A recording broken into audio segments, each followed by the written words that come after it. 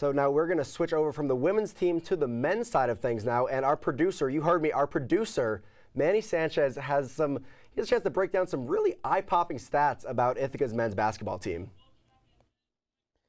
Thanks, Emma and Ben. Good evening, everyone, and welcome to By the Numbers. I'm Manny Sanchez, here to break down some stats on the Ithaca men's basketball team and their historic offense.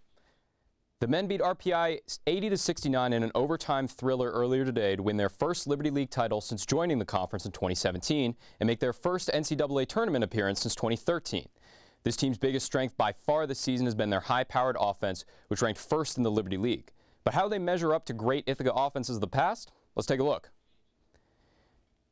This year's squad has some amazing scoring stats. They've got 2,370 points so far this season, and with at least one tournament game to play, they're all but guaranteed to be the first Ithaca team to break the 2,400 point mark.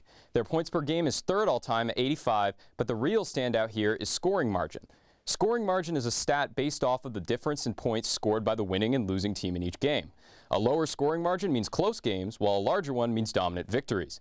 Ithaca's scoring margin this year is an incredible 14.4, 5 times the average.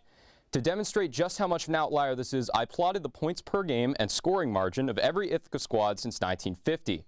Now, as you can see, most teams wind up in the mid-70s for points per game and around 3 for scoring margin. Hitting 80 is a real accomplishment, as only 10 teams in the last 70 years have done so.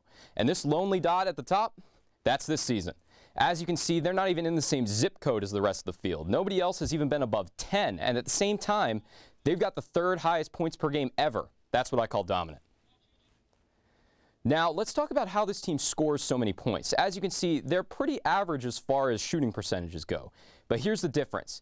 Dave Chappelle once said, modern problems require modern solutions. And there's no more modern solution in basketball than shooting a ton of threes. This team averages 32.9 three-point attempts a game, by far the most ever.